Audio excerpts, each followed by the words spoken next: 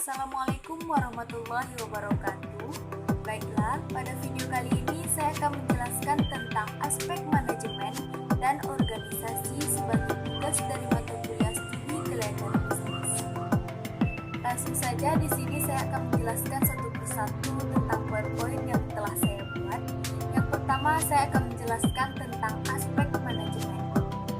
Aspek manajemen, pertama kita harus mengetahui apa itu manajemen. Manajemen secara umum dapat diartikan sebagai sebuah pengaturan. Artinya, manajemen adalah suatu seni untuk menyelesaikan pekerjaan melalui orang lain. Jadi, manajemen adalah bagaimana mengelola dan menata sumber daya agar suatu usaha bisa berjalan sesuai harapan dan tercapainya suatu tujuan.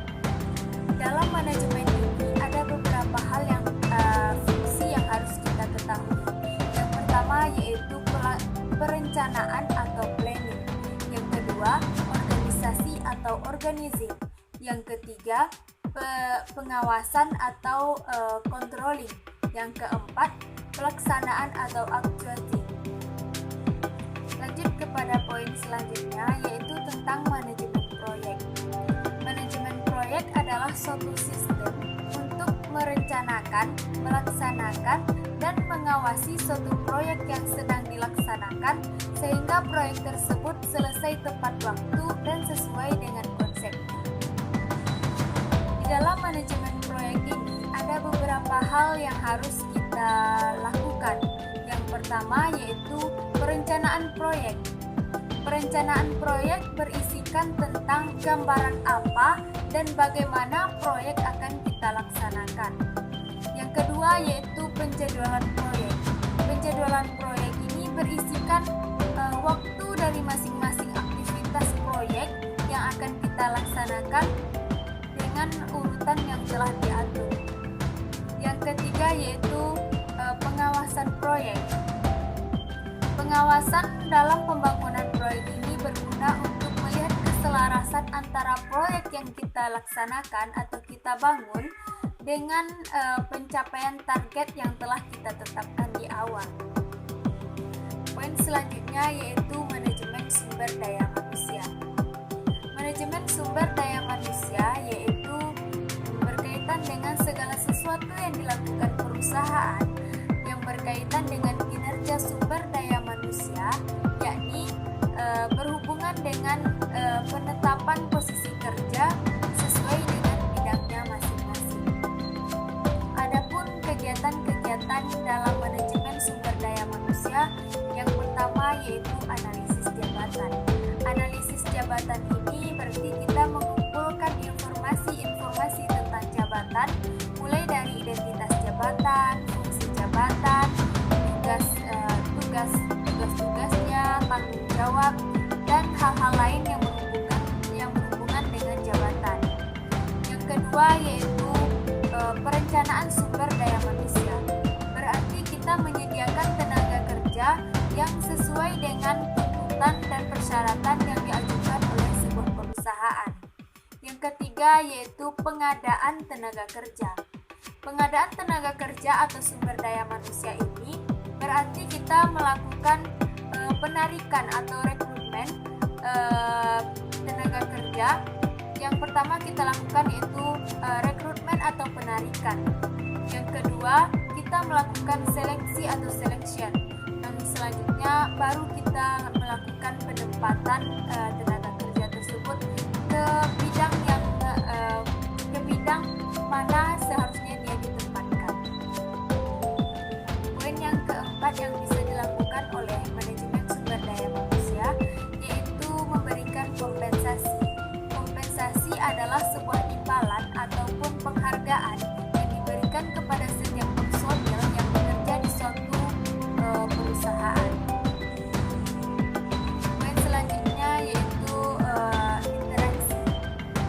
Interaksi ini dilakukan untuk menyesuaikan keinginan atau keselarasan antara karyawan dengan atasan perusahaan.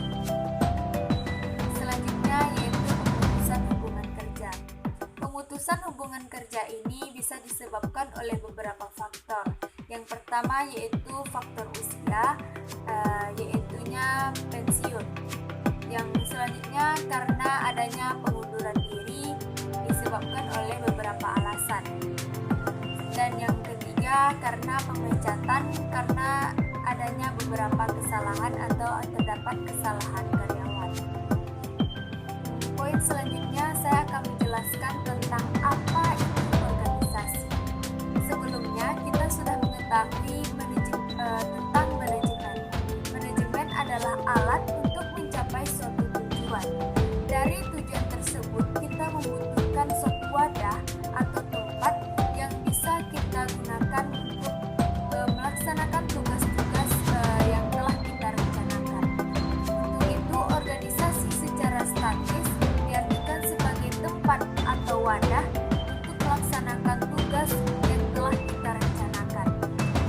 Sedangkan secara dinamis, organisasi berupa proses ataupun tujuan yang telah direncanakan. Selanjutnya yaitu bentuk-bentuk organisasi. Bentuk-bentuk organisasi ini ada juga beberapa jenis. Yang pertama yaitu berdasarkan pimpinan puncaknya. Berdasarkan pimpinan puncaknya ini terbagi menjadi dua. Yang pertama yaitu organisasi yang memiliki satu pimpinan puncak. Contohnya pimpinan perusahaan perseorangan. Yang kedua, organisasi yang memiliki lebih dari satu pimpinan puncak. Contohnya pimpinan PT ataupun firma. Bentuk organisasi yang kedua yaitu berdasarkan hubungan wewenang. Ini juga terbagi menjadi 3 macam. Yang pertama yaitu wewenang lini. Wewenang lini ialah timbulnya suatu tanggung jawab atas tercapainya tujuan-tujuan tertentu. Yang kedua yaitu wewenang staf. Wewenang staf adalah yang membantu si pemilik wewenang tinggi untuk melaksanakan pekerjaan agar lebih efektif dan tercapainya tujuan perusahaan. Yang terakhir yaitu wewenang fungsional. Adalah wewenang yang diberikan kepada seseorang atau departemen agar dapat mengambil keputusan tentang hal-hal yang ada di departemen lain. Baiklah, mungkin sampai di sini video kali ini. Saya akhiri dengan wassalamualaikum warahmatullahi wabarakatuh.